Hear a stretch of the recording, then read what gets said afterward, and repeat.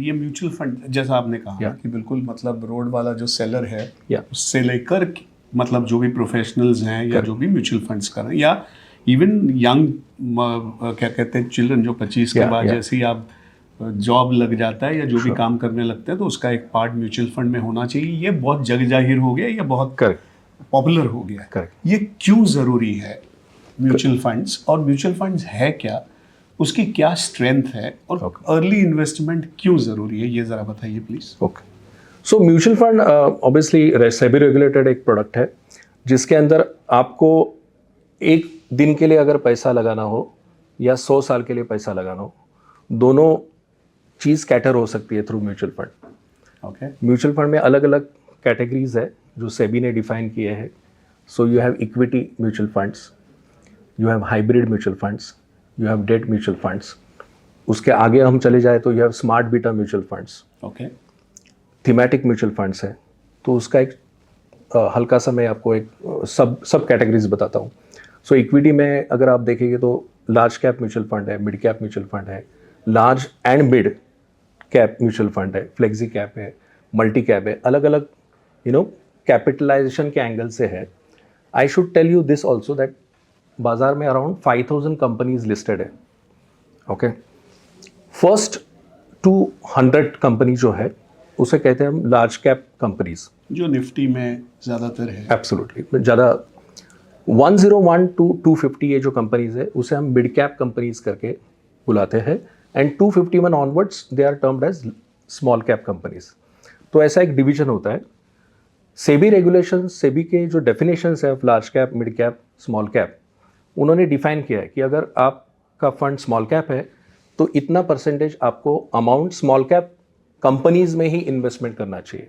अगर आपका mid cap है तो इतना परसेंटेज अमाउंट आपको मिड कैप कंपनीज में इन्वेस्टमेंट करना चाहिए। तो ये जो लक्ष्मण रेखा सेबी ने डिफाइन की है उसके अंदर फंड मैनेजर्स काम करते हैं। This is as far as equity mutual funds are concern. Hybrid mutual fund एक अलग कैटेगरी है जिसके अंदर हाइब्रिड का मतलब ये है कि इक्विटी एसेट क्लास एंड अगर आप डेट एसेट क्लास ऐड कर देते हो उसमें तो हाइब्रिड दोनों चीज़ साथ में रहती है। तो उसमें एक एग्रेसिव हाइब्रिड है कि जिसमें equity orientation, equity asset class का जो पैसा है वो ज़्यादा रहता है, डेट थोड़ा कम रहता है। कंजर्वेटिव हाइब्रिड है, उसमें उल्टा होता है। Then you have equity savings. ये थोड़ा सा टेक्निकल डिस्कशन है, बट वो तो इक्विटी सेविंग्स में equity asset class, debt asset class and arbitrage, ये तीनों का मिश्रण होता है। Then you have balance advantage funds. बहुत सारी एडवर्टाइजमेंट आपने देखी रहेगी कि they balance these two asset class.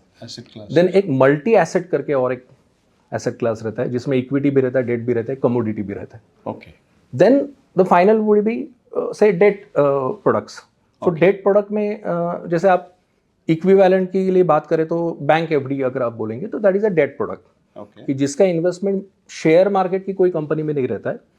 जो ट्रेजरी बिल्स है, बॉन्ड्स है, उसके अंदर बेसिकली उनका इन्वेस्टमेंट हो जाता है।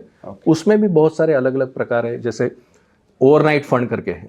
आपको एक दिन जस्ट ओवरनाइट के लिए अगर पार्क करना है मनी तो आप वहाँ पे कर लीजिए।